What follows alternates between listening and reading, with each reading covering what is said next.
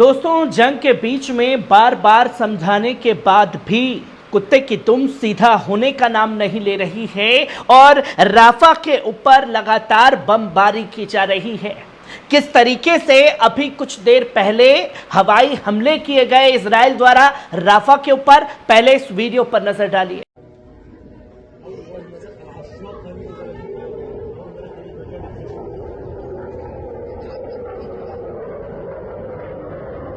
आपने देखा कि किस तरीके से हवाई हमले हो रहे हैं, क्योंकि जमीनी जंग में इजराइल के सैनिकों को घसीट घसीट करके फलस्तीन के मुजाहिदीन मार रहे हैं, जिसके वीडियो को सर्कुलेट किया गया है और पूरी फ्रस्ट्रेशन हवाई हमलों के जरिए जारी है। और जब हवाई हमले में दिन बर दिन इसी तरीके से नरसंहार किया जा रहा है तो पूरी दुनिया की नजर राफा के ऊपर आकर के टिक चुकी है और फलस्तीन के हक में आवाजें बुलंद होने लगी हैं। किस तरीके से आयरलैंड की संसद पर फलस्तीन का झंडा लहराया है, पहले इस वीडियो पर नजर डालिए।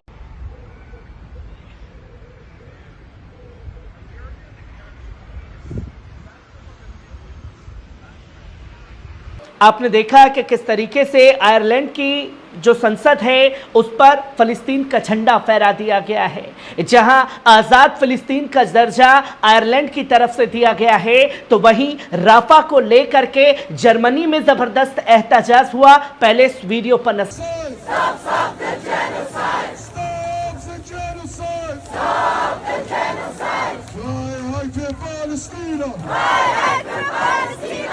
आपने देखा जर्मनी का ये वीडियो और फ्रांस से भी इसी तरीके से प्रोटेस्ट का वीडियो सामने आ रहा है। पहले इस पर नजर डालिए।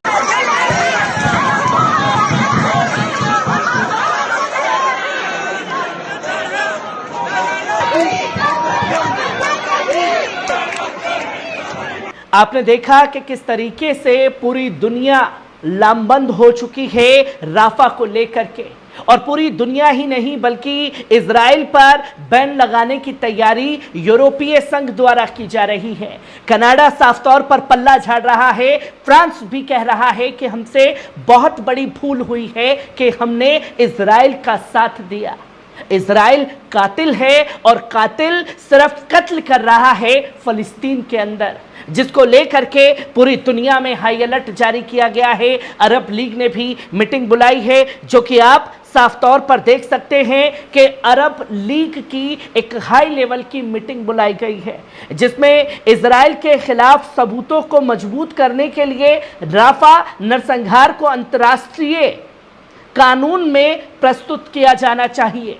जहां अरब लीग ने यह मीटिंग बुलाई और साफ तौर पर इस पे तमाम 30 देशों की सहमति मांगी जाएगी कि क्या कदम उठाए जाने चाहिए। जहां ये लगातार देखने को मिला कि मीटिंग तो होती है, कोई रिजल्ट नहीं निकल पाता, और अब अरब लीग के तमाम देशों द्वारा ये फरमान दिया गया है कि एक राफा के अंदर हो रहे नरसंहार को लेकर के सबूत जुटाए जाए, जो डेली पर डेली लोगों को शहीद करने का काम कर रहा है। वहीं आप साफ तौर पर देख सकते हैं, चाहे स्पेन हो, आयरलैंड हो, नॉर्वे हो, उसने जेरूसलम को फलस्तीन की राजधानी घोषित कर दिया है, जिसकी जानकारी सामने आई और तमाम यूरोपियन कंट्री जो है वो अब फलस्तीन के हक में आकर के खड़ी हो गई है। और यह भी साफ तौर पर देखने को मिल रहा है, जब आवाजें बुलंद हो रही हैं फलस्तीन के हक में, फलस्तीन पर हो रहे जुल्म को दिखाया जा रहा है, तो यूट्यूब की तरफ से भी एक बड़ी गुंडई सामने आई, जहां ईरान के फॉरेन मिनिस्टर का जो पेज है यूट्यूब पर चल रहा था, जिसमें राफा फलस्तीन के अंदर हुए हमलों की जानकारी दी गई, तो वायलेशंस के चलते पेज को ही टर्मिनेट कर दिया गया है ईरान फॉरेन मिनिस्टर के, जिसे यह दिखाया जा रहा है कि कोई चीज़ें जो हैं वो लोगों के सामने ना आए। और जब राफा के अंदर नरसंहार हो रहा है तो ये तस्वीर जेरूसलम से सामने आई है, जो कि आप साफ तौर पर देख सकते हैं कि एक रूसी नागरिक ने जेरूसलम के अंदर तैनात इजरायली सैनिकों के ऊपर, जो बॉडीगार्ड्स हैं जो तैनात किए गए हैं जेरूसलम में, उनके ऊपर चाकुओं से हमला रूसी नागरिक ने किया है। जो कि गुस्सा साफ तौर पर लोगों का झलक रहा है। वहीं आप साफ तौर पर यह भी देख सकते हैं कि कैसे फ्रांस बुरी तरीके से भड़का हुआ है इजराइल के ऊपर, जो कि फ्रांस ने के राष्ट्रपति मैक्रों ने यह साफ तौर पर आज कहा कि मैं राफा में इजरायली हमलों के कारण कई लोगों की मौत से नाराज हूं। ये हरकतें बेंजामिन नेतन्याहू की अब बिल्कुल बंद होनी चाहिए। ये बिल्कुल भी बर्दाश्त किए जाने लायक नहीं है। रफा में फिलिस्तीनियों के लिए कोई सुरक्षित क्षेत्र नहीं है। मैं अंतर्राष्ट्रीय कानून का सम्मान करने और तत्काल युद्ध विराम की अपील करता हूं। अथू है फ्रांस के राष्ट्रपति के इस स्टेटमेंट पर, और ये वो फ्रांस का राष्ट्रपति मैक्रों है जो समर्थन में खड़ा था, शुरुआत में इस नरसंहार के लिए बढ़ावा दे रहा था कि घबराइए मत बेंजामिन नेतन्याहू, हम आपके साथ हैं, आप जो कर रहे हैं वो सही है।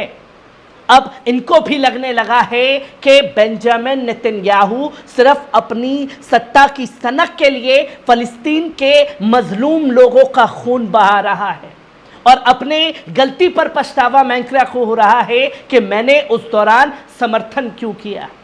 और यही हाल जो है कनाडा का भी साफ तौर पर देखने को मिला, जहां आप साफ तौर पर देख सकते हैं कि कनाडा के विदेश मंत्री की तरफ से एक ऑफिशियल स्टेटमेंट जारी किया गया, जिसमें कहा कि हम राफा में उन हमलों से भयभीत हैं जिसमें फिलिस्तीन नागरिक मारे गए हैं।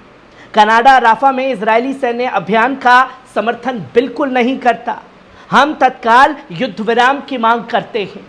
और ये वो फ्रांस और कनाडा है जो गए थे गलभैया करने बेंजामिन नेतन्याहू से। हो आपके साथ तो साहब बड़ा जुल्म हुआ है, आपकी इतनी बड़ी टेक्नोलॉजी थी और हमास से गच्चा खा गए, तो चलिए हम अपनी सेना तैनात करेंगे, पर हम अपनी सेना को गाजा में भेजेंगे, पर लड़ेगी आप ही की सेना। अगर आपकी सेना पर कोई हमला होगा तो उसे बचाने के लिए सुरक्षा कवच बनेंगे। अब किस मुंह से राफा का जिक्र कर रहे हैं, जहां इन लोगों ने खुल करके बढ़ावा दिया इजराइल को फलस्तीनियों के नरसंहार के लिए। जहां वहीं आप साफ तौर पर देख सकते हैं यूरोपियन संघ बैन लगाने की तैयारी कर रहा है इजराइल के ऊपर, जहां स्थानीय मीडिया ने आयरलैंड के विदेश मंत्री का हवाला देते हुए सोमवार को बताया कि यूरोपीय संघ अंतर्राष्ट्रीय न्यायालय के एक फैसले का पालन करने से इनकार करने पर इजराइल पर बैन लगाने की चर्चा कर रहा है, जिसमें उसे राफा शहर में अपने सैन्य अभियान को तुरंत रोकने का आदेश दिया गया है। और ये वो कंट्रीज हैं जो खुल करके समर्थन कर रही थी इजराइल का। इंटरनेशनल कानून जो फैसला दिया गया, उस फैसले को मानने से इजराइल ने इनकार किया, और उसके बावजूद राफा पर लगातार बमबारी, जिसके बाद यूरोपीय संघ बुरी तरीके से भड़का हुआ है और राफा को लेकर के हाई अलर्ट जारी किया गया है।